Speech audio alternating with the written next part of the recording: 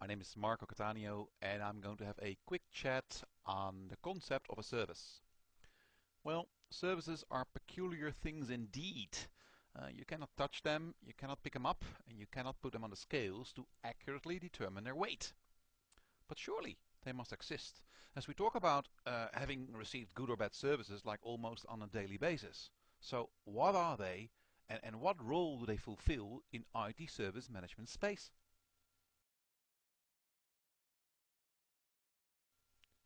The definition of a service as used within ITIL version 3 is: a service is a means of delivering value to customers by facilitating outcomes customers want to achieve without the ownership of specific costs and risks.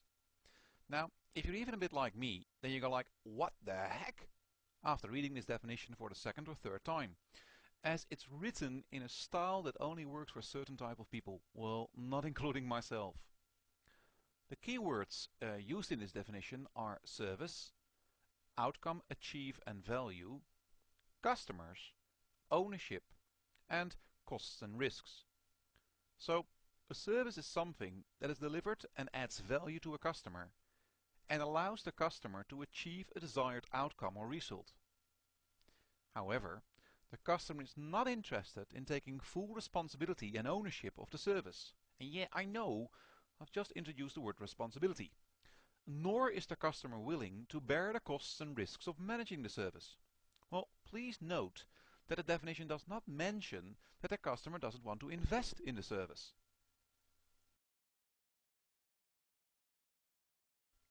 Services come in many shapes and forms. Some services enhance the performance of the customer.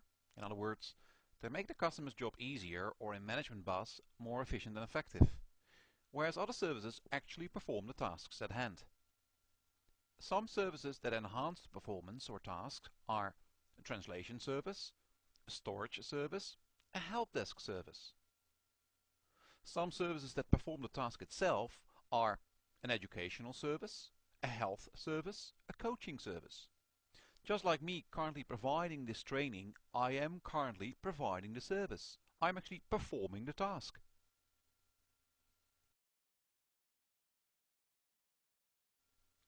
To understand how services are working, it's a good idea to visualize the situation and follow a short discussion between an IT service provider and a customer.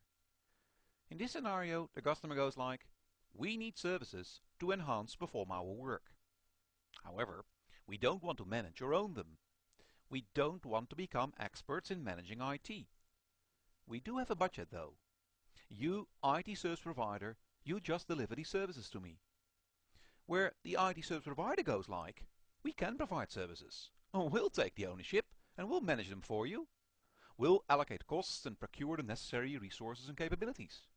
And we'll also bear the risks. You customer, you just enjoy your services. Eventually, when both are satisfied on what will be delivered and what will be received, it makes common sense to formalize the terms and conditions relating to the service in the form of an agreement, also known as a Service Level Agreement or SLA. Furthermore, this SLA will also contain utilities and warranties.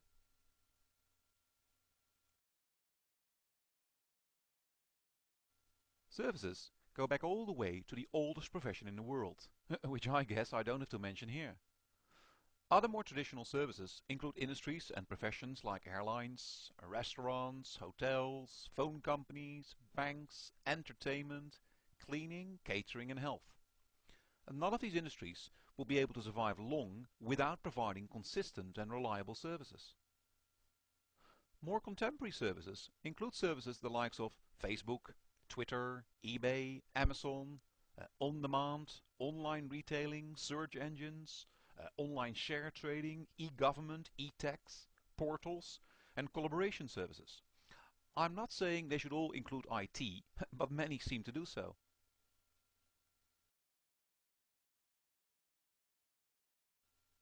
Let's put some theory into action, and let's do the exercise practice what you preach.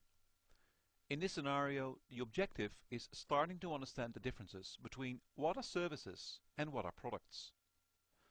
The idea is to create a table with two columns. The left column, you have to list what characterizes a service.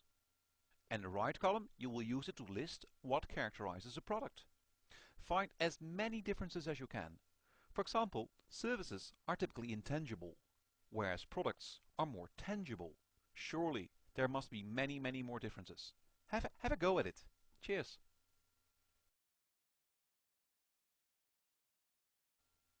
Okay, here's a sample question on services.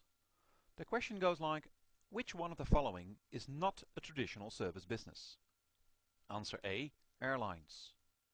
Answer B, banks. Answer C, online retail. And answer D, phone companies. I'll give you a couple of seconds.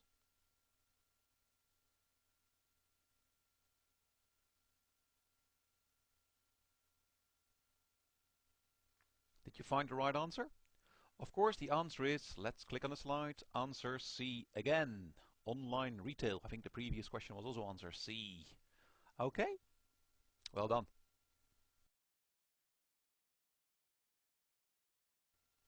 Okay, if you're interested, the next topic, we're going to define and explain the concept of service management.